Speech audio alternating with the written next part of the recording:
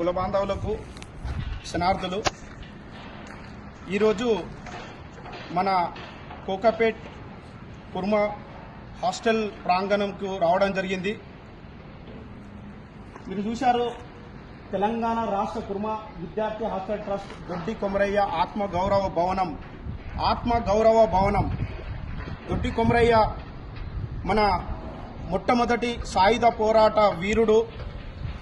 మరి ఆయన ఏ పోరాటం చేయడం వల్ల ఆ టైంలో సాయుధ పోరాటంలో రజాకారులకు, దోపిడీదారులకు, మరి పెత్తందారులకు, జమీందారు వ్యవస్థకు వాళ్ళకు ఒక బుద్ధి చెప్పాలని వాళ్ళ అన్నయ్య దొడ్డి మల్లయ్య గారు, దొడ్డి కొమరయ్య గారు ఈ ప్రాంత అంటే మన తెలంగాణ రాష్ట్రానికి అప్పుడు ఒక సాయుధ పోరాటం చేయడానికి ఒక గొర్రెల కాపరి అయినటువంటి దొడ్డి కొమరయ్య కుర్మ గారు ముందుకొచ్చి ఆయన ప్రాణాలను అర్పించిన తర్వాత మళ్ళీ ఈ అన్ని సంఘాలు కలిసి మరి విష్ణు ధరకు అలాగే నిజాం నిరంకుశ పాలనకు ఎదురెళ్లి కొట్లాడి మనకు మొత్తం యావత్తు తెలంగాణకు రైతులకు విముక్తి కలిగించడం జరిగింది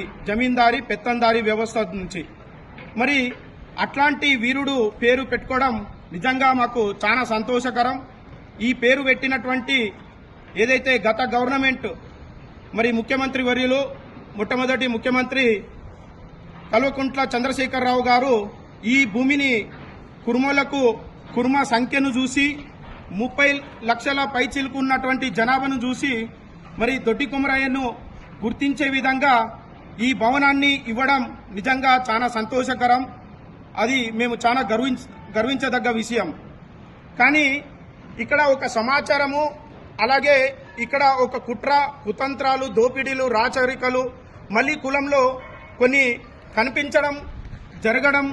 మరి ఈ భూమి ఏ ఉద్దేశానికైతే గవర్నమెంట్ ఇవ్వడం జరిగిందో ఆ ఉద్దేశాన్ని విరుద్ధంగా నారాయణ సంస్థ లేకపోతే ఇంకొక ప్రైవేట్ సంస్థ ఆధ్వర్యంలో కార్పొరేట్ వ్యవస్థలో మన కులాల్లో ఉన్న భూములను తాకట్టు పెట్టడం జరిగింది.